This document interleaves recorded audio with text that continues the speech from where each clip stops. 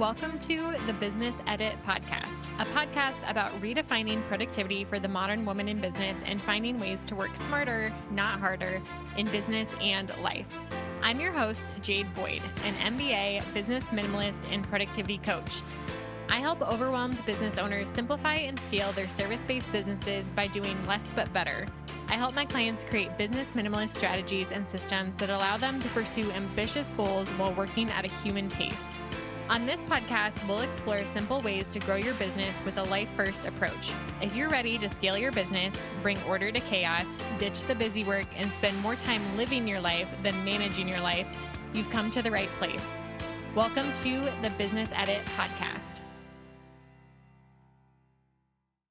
Welcome to the first episode of 2025. Every year, this is one of my favorite episodes to record because I'm telling you about all my favorite planners, journals, productivity accessories, and my favorite app of all time, which if you've been following the podcast, you can probably guess what that one is.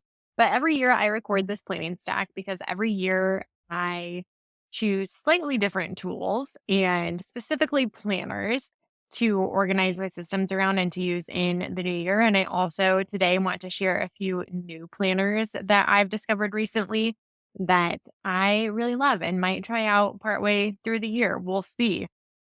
And while my planning routines and processes around my business and life remain pretty much the same year to year, the tools that I use and how I organize them within those tools change just slightly year to year. So this is my update for 2025. I'm going to run through all of the tools that I'm using or planning to use this year, as well as new things that I've discovered, specifically planning accessories, like planner adjacent tools that I really loved recently, as well as a couple new planners that I've discovered. And all of the links for what I'm going to be talking about today will be in the show notes. So make sure you head over there to grab the links if you're more of a visual person and want to see the planners or accessories or apps or whatever that might be. So starting out with my planning stack. First of all, I am really, really loving my quarterly wall calendars. This might be cheating because it's my own product, but if you don't know,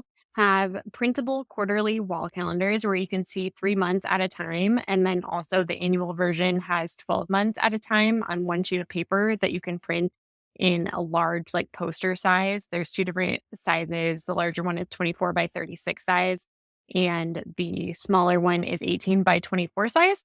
So they're like bigger poster sizes that you can get printed at like FedEx or Kinko's or Copyworks, whatever your local printer is, and then have this big picture view of your entire year at once. And I used the entire year view, the one with 12 months, to plan out my year. And it was so, so helpful in helping me see like capacity project wise and what big things were happening each month out of the year and figuring out like, okay, if I am going to promote a certain offer, what is the best time to do that? And planning my year around like birthday schedule and vacation schedule and stuff like that. There's really not any great digital tool where you can see your entire year at a glance like that. And in Google Calendar, when you zoom out to the year format, you can literally just see the dates. You can't see any events that are actually on your calendar, which is really annoying. And so I like seeing that on paper when I'm looking at kind of like big picture decision making and how much time I have to give to my business each year. And this year, when I was looking at that and putting all of the life things in terms of like vacation and time off and um, being there for a family member who's having a baby this year and needs extra support, like all of those big things that are life related that I put into my calendar, I realized that there's very little time in the margins. And so I really had to change how I'm operating my business this year to work around my life. And going through this process and seeing it physically on paper was really, really helpful. Okay, second tool I'm using. Like I said, this won't be a surprise if you've been here for any amount of time, but ClickUp still remains my favorite task management app and the task management app that I'm going to stick with for 2025. If you go to my blog and search ClickUp, you will find many different podcast episodes and blog posts about why I love ClickUp, how I organize my business in ClickUp. I also have a course called Organize Your Business that takes you through my exact framework for ClickUp. So no surprise there. Still love this tool and we'll be using it in 2025. Okay, so new things I'm using this year First of all, I hopped back into the Common Planner this year. Last year, I was in a Hemlock and Oak daily planner, and the year before that, I was using an all-in-one Common Planner. And the Common Planner is designed by Sterling and Ink, and they have annual, quarterly, monthly, and weekly layouts. And then in the back, they have blank pages that you can use for like daily to-do lists or notes or whatever you want. They're just blank numbered pages in the back, and over half the book is those blank pages because they want you to have space for every day out of the year if you do want a single page for each of your days. And so it's a really flexible planner. Overall, it has a very minimalist view, and I got the two-part system. So I have one mini planner for January through June, and then it comes with a second mini planner that covers July through December. And I like having the two-part system because if I don't like the way that I'm planning for the overall like annual, quarterly, monthly pages at the start of the year, it feels like I kind of get that fresh start feeling halfway through the year.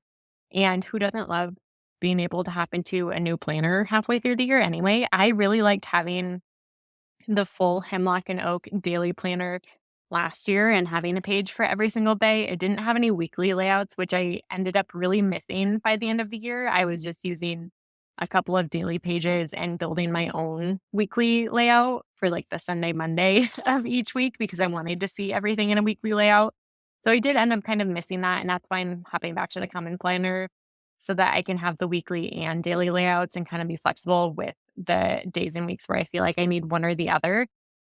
But I also like that it has an annual tracker in the beginning, which is new. The Common Planner didn't used to have a full year planner. So they have every day of the year in one page. And then you can track habits or write down certain dates and kind of see your entire year at at a glance, but it's not your typical calendar layout. Each month is a column. So in column 1 is January and then it's numbered 1 through 31. Column 2 is February and so on. And so it's harder to see things like vacations and stuff like that in this view, but I'm going to use it for tracking habits, which I think will be really fun in this type of layout. One thing to note about the Common Planner, this has actually been a huge topic of discussion in the planner community this year. So it's made with Tomo River paper, and Tomo River paper is this really thin paper that somehow does not have a lot of bleed through when you write on it. There's just a little bit of ghosting that you can see through the page. But because the paper is so thin, it allows you to have a lot of room for notes or like an entire year in one notebook that doesn't take up your entire bag. It's just like a really common paper in the planner community, and it's originally made by the Hobonichi planners, which I've talked about in the past on the podcast. Hobonichi planners are kind of like the OG Tomo River planners, Tomo River paper planners. Um, but this year there's a controversy saying that the Tomo River paper is not as high of a quality as it used to be. And I can say from the planner that I have from Sterling and Ink, it does feel like the paper is not as high quality as it was 2 years ago in the same planner. It just feels a little bit thinner to me. Goes through wise, like how much the pen ink shows through the paper.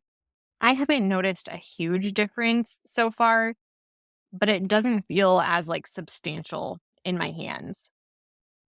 And last year, when I was using the Hemlock and Oak, it was a very thick, almost like cardstock like paper. And I'm already starting to miss it a little bit. I really do like the Hemlock and Oak paper, just like the feel of the quality of the paper. But in the daily planner, that paper, it was a huge planner. And a couple people on it actually when I took it to like in person meetings. They're like, wow, that's a really big planner. And so I didn't like that aspect, but the paper was really great. And last year, I used my daily planner as a journal. And so it was my all in one, everything in one book planner and journal for the year. And I did really enjoy that. And I think that in the future, I might hop back to that and do something like that again. I just felt like mixing it up this year. But this year, I have a separate journal.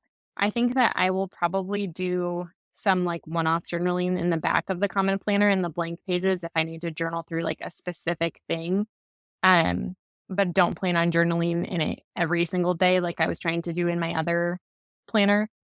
But instead, I picked up a Hobonichi 5-year journal. And this is where I can really tell the paper difference because the Hobonichi Tomo River paper in the journal, it just feels night and day different from the Tomo River paper in the common planner. And I'm not sure what the weights are of these different papers, but it just feels nicer. I don't know how to describe it. It's like more silky, feels a little bit more substantial, writes just like a little bit better. The ghosting, I think, is pretty much the same, but I just like it better. And so the Hobonichi 5-year journal, if you start a 5-year journal this year, it's 2025 to 2029, which just feels really well rounded to me that I could start another one in 2030 to 2034 and then 2035. So anyway, the years are great. This one is dated, so it does show the years on the front. And then for every date, like for January 1, for example, it has the 5 rows. So it has them labeled 2025, 2026, 2027, 2028, 2029, but they're all in one page. And so the entry for each day of the year is just a paragraph, probably 5 or 6 sentences, which feels really, really manageable. And then on the right side of the page, like if it's laying flat, the 5 dates or the 5 years are on the left for January 1st, and then the right side is just completely blank. So you could include longer journals or photos or, expand upon certain days or certain events that happen during that day on specific years. And so it does give you a little bit of extra room if 5 or 6 sentences is not enough for you on some of the days that you're doing a 5-year journal. And I really like the flexibility of that format too. I think I'll probably only use those pages if something big is happening, like my daughter's first birthday party. I'll probably put in like a photo or make a list of the presents she got or who was there. Certain days like that or events like that, that I'd probably add a little bit more information. Or if there's just a photo that I really, really love that I want to print out and put in there, I think that's my plan. And then in the back of the 5-year journal, there's also a summary for each year. So you can kind of sum up the big takeaways or big events or milestones, whatever that happened in each year in like a 1-page summary in the back, which is super fun. And for printing photos, last year I shared that I picked up a Sprocket photo printer where you can just connect through Bluetooth, like your phone photos, and print them on this little sticker paper. And then they have 2 different formats. One that's kind of like a long and narrow, kind of like 4x6 dimensions, but a little bit smaller. And it's a sticker, or you could split that in half and you can print 2 stickers of 2 different photos on the same piece of paper. And the print quality, I would say, is not the best, especially if you're like a photographer or designer and care a lot about the color quality and the clarity. It's not going to be the best of the best digital printers, but it does an okay job. And it's really, really handy that they're stickers. So you can stick them immediately into your planner or journal without having to use glue or get anything else out. And the stickiness is really, really great. So I still plan on continuing to use that this year until I use the rest of my stickers. But if you have a different mobile photo printer that you really, really love, please do send me the link because I am open to trying other ones, especially if they have better print quality. Okay, the next thing I'm using this year is actually another journal. My husband gifted me a promptly journal for my birthday in December, and it's a like couples connection journal. What's it called? It's just called Our Connection Journal. I'll link it in the show notes. But basically what this is 52 weeks of prompts where they're the same questions, but like one person writes on the left side and one person writes on the right side. And they're just like questions and prompts to help you create conversation basically and connect with one another. And so it was a really thoughtful gift. And we're only on week 2. So just getting into it, but the prompts are pretty good and have already sparked a couple of good conversations. And so if you're looking for something like that, check the link in the show notes. I love the design as well. It's just very clean and minimalist, and it doesn't take a lot of work. There's only like 3 or 4 questions on each page. So overall, I'm super excited to explore that. He also gifted me a promptly postpartum journal last summer when my daughter was born.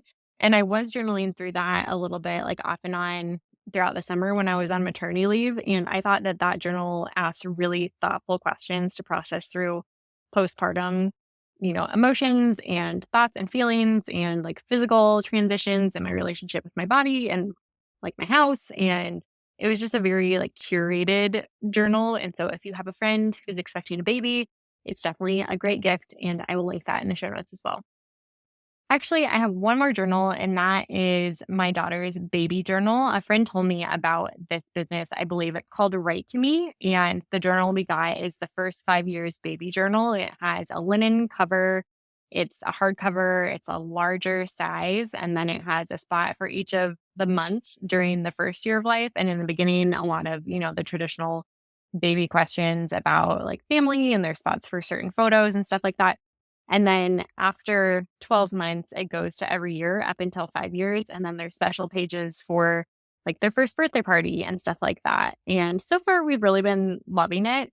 It has good prompts. It has the same prompts for every single month. And it's helped us kind of stay on track of recording things as they're happening and documenting them. I already feel like we're going to forget by the time we have more kids, if we do have more kids, of like what happens month to month, because it all just starts blurring together. And so I think we'll go back to that in the future. I'll be like, oh yeah, what was happening when she was 3 months old? Like, what did life look like? So I really enjoyed going through that process. And like I said, it's something we're doing every month at this point. And then I plan to print out photos to put into the book, like probably at the end of the first year, to kind of batch that. We haven't gotten into that yet. Okay, one last thing that I started using this year. I just ordered my first one last month, and it's something that I'm going to do every year at the end of the year, is order a chat book. If you haven't heard about chat books, it is a company that specializes in printing photo books, but they make the process super simple. You can design different layouts. You can import photos directly from like Google Photos or from your desktop, and then it automatically builds all of your layouts for you. And then you can adjust them. So you can subscribe so that you do one every single month or every single quarter or at whatever frequency you want it, I think. But I'm just going to order a one-off book once a year, because I think one photo book for the whole year is enough for me, unless there's like a special reason we want to design like a specific photo book. I don't know what that would be for. The only thing I can think of is like wedding, but we already did that. But if there's any special event like that we want a specific photo book for, I would definitely go to Chatbooks. But it's the user interface is just so much easier than any other platform I've used to try to do the same thing.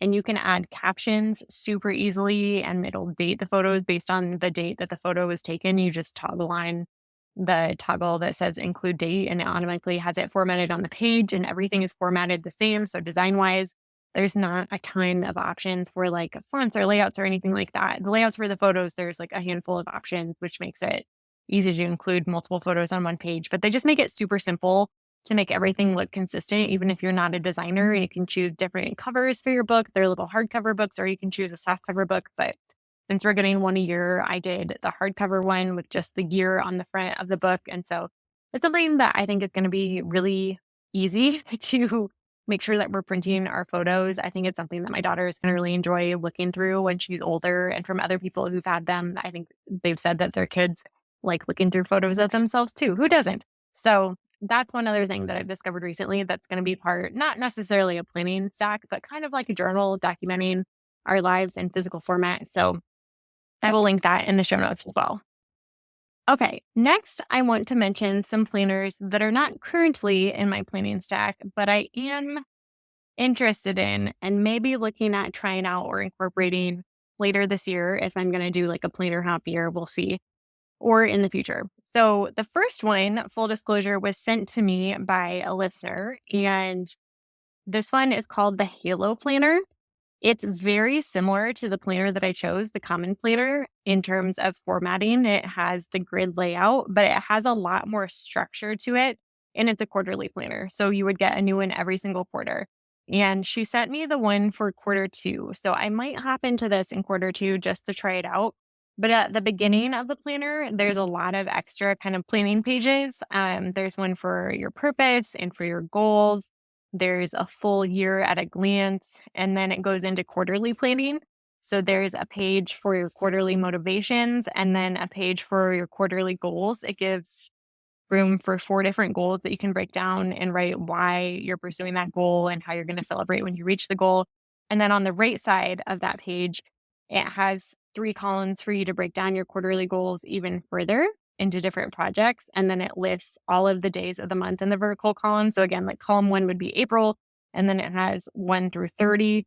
and you can see the day of the week and kind of track habits for the month. And then at the top, there's different room for the projects. So I do really like this quarterly layout. I haven't seen anything that's detailed in terms of having the goal breakdown and the quarterly plan where you could track habits on the same page. And so I do think that's a really unique layout.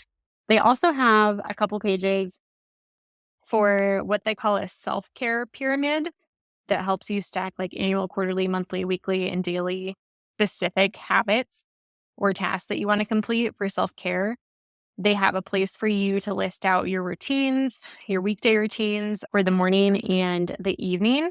And then they go into monthly goals and a monthly review. So they have a left and right spread. On the left side is April goals, and it has different boxes for you to break down your goals.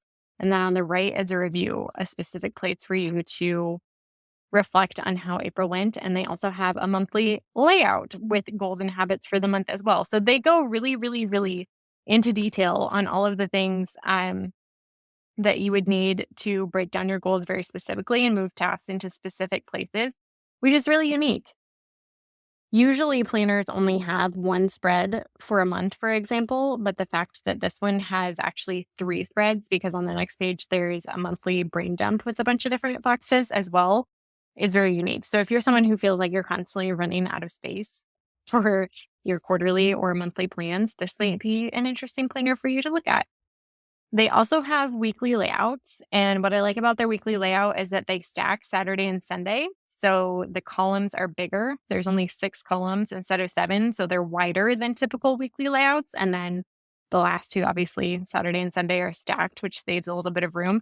And then they also have dated daily pages that have a space for your top 3 daily habits to do, meal plan, and then a calendar for time blocking, as well as an extra page for notes on the same layout. So if you're looking at your daily layout, the plan that I outlined is on the left, and then the right page is completely blank for notes every single day. And I know some people get annoyed with daily planners because they don't have enough space to take notes.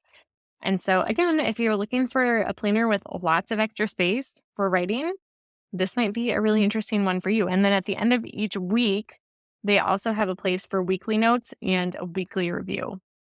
And at the back of the planner, too, there are just so many additional templates for you to use, like different lists.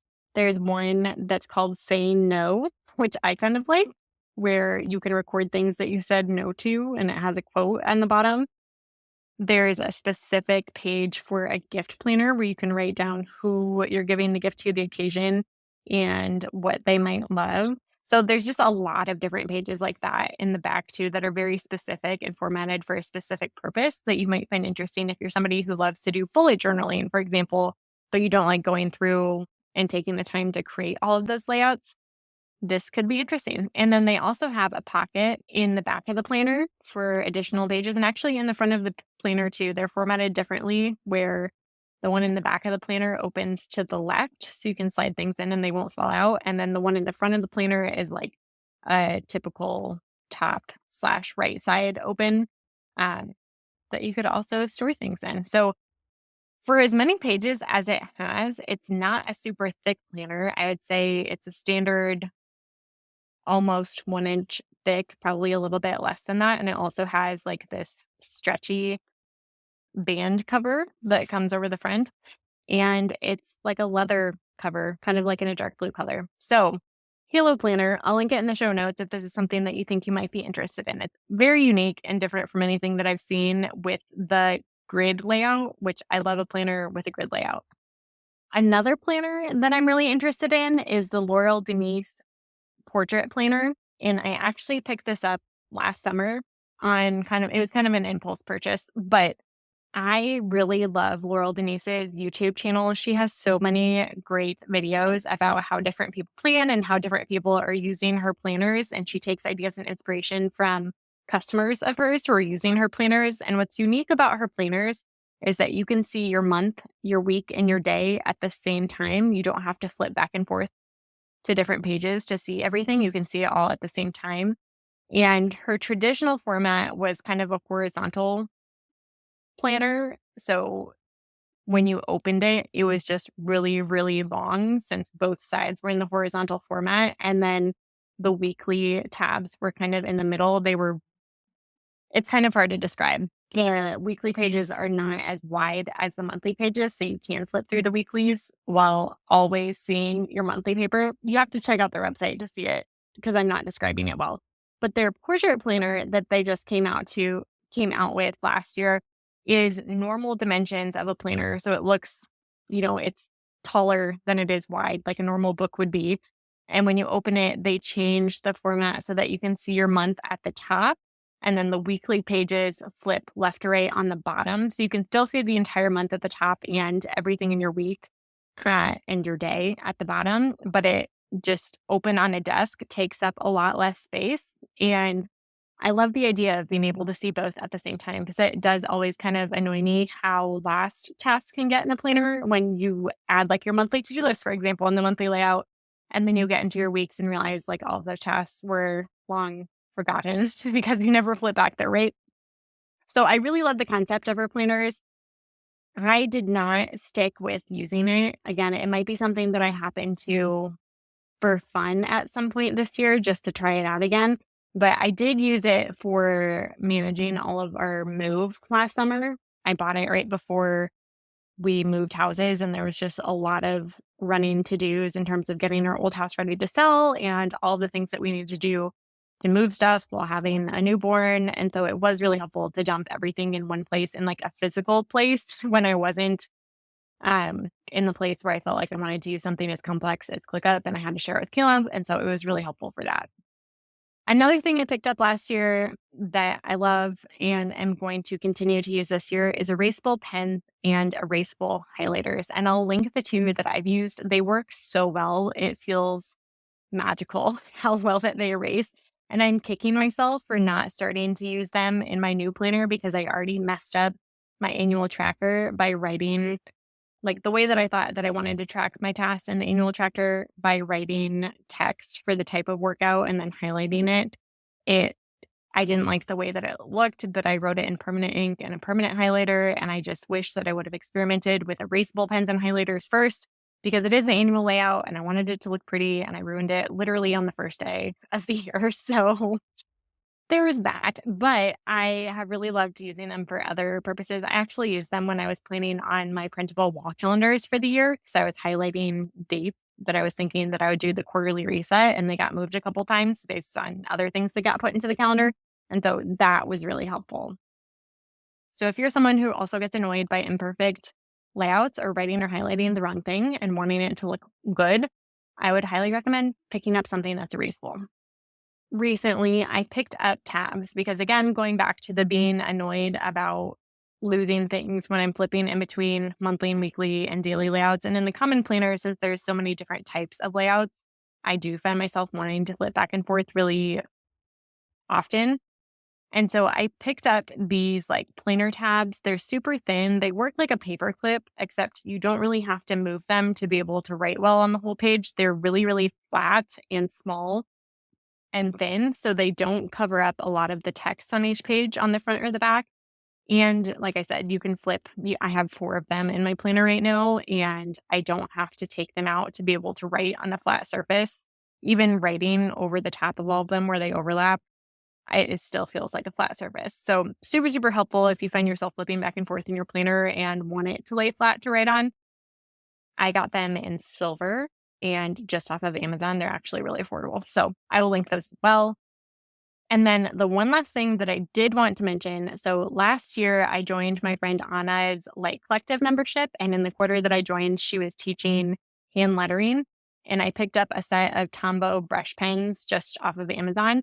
And it kind of reminded me how beautiful the Tombow brush pen colors are. And I've been using them as highlighters on like to-do lists or planners and even in my journal, making like headings and stuff and highlighting them. I picked up a palette of like natural muted colors that I really, really enjoyed. I also use them to highlight in books. When I have a physical book, I'm a highlighter girl. And so I love having a pretty color to be able to highlight books in.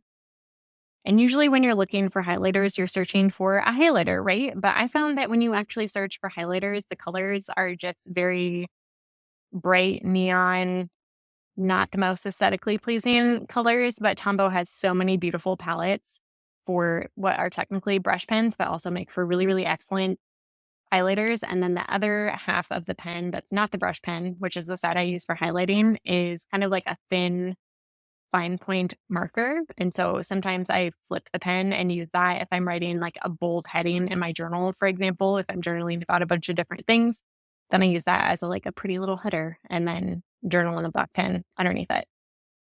So I told you that there would be a lot of things and a lot of links in this episode. I think I mentioned over 20 things by this point. And so definitely head to the show notes or bookmark this for later and come back if any of these things in this episode sound like things that you might want to pick up for your planning stack in 2025. I will also link the previous 2 years, what I had for my planning stack last year and the year before, if you're interested in something that I mentioned that I used last year, as well as a blog post that I have that kind of is the master list of all of my favorite planners and planning accessories, which lists way more planners and planning accessories than you would ever want me to talk about in one single episode. And so if you're looking for inspiration and ideas, that is also a great resource that'll have linked in the show notes. So if you weren't aware, I also send out an email about podcast episodes. So if you're a listener who listens every week, but often in a time or place where you're not able to go to the blog post and you forget about going to the links where you're actually able to use what you learn in each episode,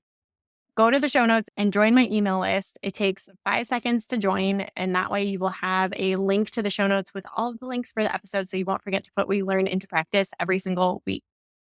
And if you know of any planners or planning accessories that you think I would love or you think I should know about for a future episode, just shoot me an email or message me on Instagram and let me know. I would love to hear what you're using for 2025.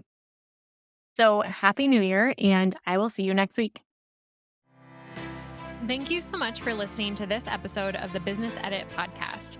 If you enjoyed today's episode, I'd be so grateful if you take a screenshot and share it on Instagram, tagging me at jadeboyd.co. I'm on a mission to empower a new generation of women to become the types of wives, moms, and business owners that they've always wanted to be. Because empowered women change their families and communities for the better, and this is how we'll change the world. Sharing your takeaways from this episode on Instagram will help more women in business discover helpful episodes and level up in life and business each week. Don't forget to check out the show notes for the tools and resources mentioned in today's episode, because good ideas don't grow businesses. Action does. I'll see you next time on the Business Edit podcast.